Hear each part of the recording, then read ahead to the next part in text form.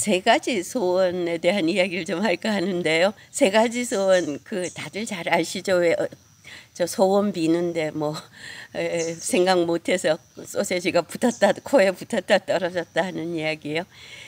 그 얘기가 그 헤벨이라는 사람이 모아놓은 그 달력 이야기라는 것 속에 들어있는데 거기에는 우리가 아는 이야기에다 뭐가 한 가지 덧붙여 있습니다.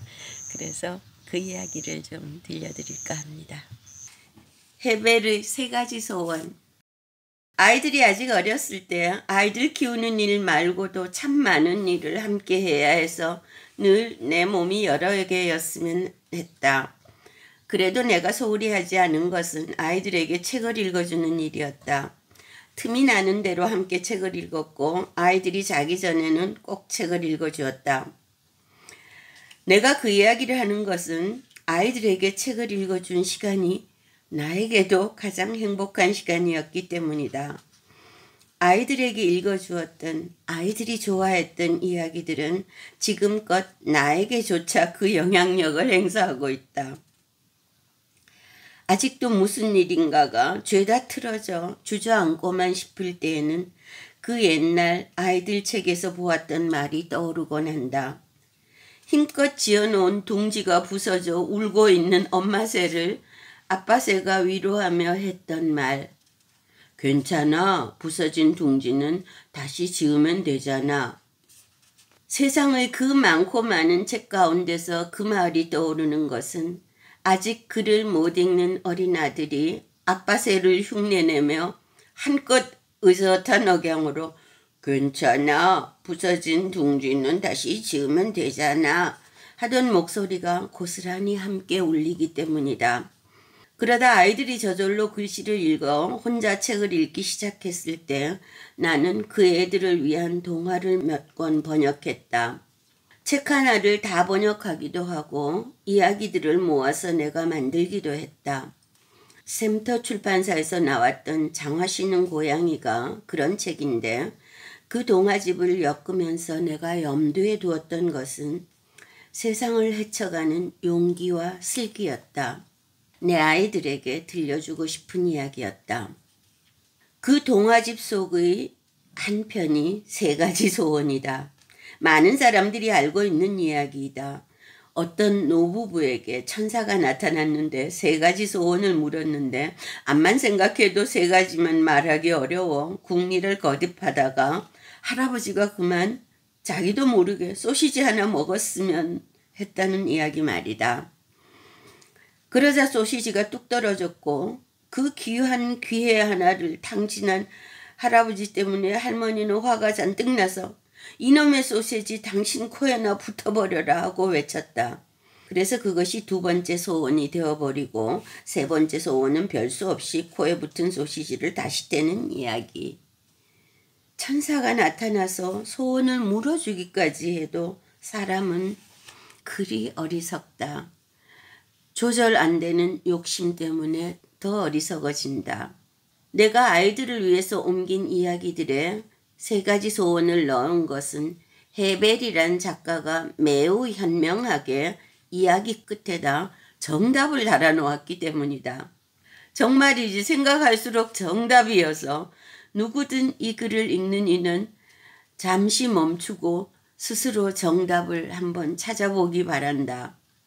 얼른 세 가지 소원을 말하기가 쉽질 않아서 노부부의 고충도 좀 이해가 되고 자신이 겨우 찾은 답을 정답과 비교해 볼 수도 있다. 작가 헤벨이 주는 정답은 이렇다. 천사가 당신에게 나타나 세 가지 소원을 물어줄 경우 답해야 할 첫째 소원은 무슨 소원을 빌어야 할지 알 수 있는 지혜를 달라는 것. 둘째 소원은 뭘 빌어야 할지 물어서 알게 된 그 소원을 비는 것. 마지막으로 빌어야 할 세 번째 소원이 중요한데 그건 바로 후회하지 않게 해달라는 것이다. 천사가 내게 나타나 세 가지 소원을 물어줄 일은 현실에서는 없다. 내가 천사 노릇까지 해야 할 밖에 없다. 무엇을 빌어야 할지, 어느 길을 가야 할지 아는 지혜를 누가 내게 주겠는가? 결국 내 스스로 얻은 인식과 경험과 삶에 대한 통찰이 그 지혜이다.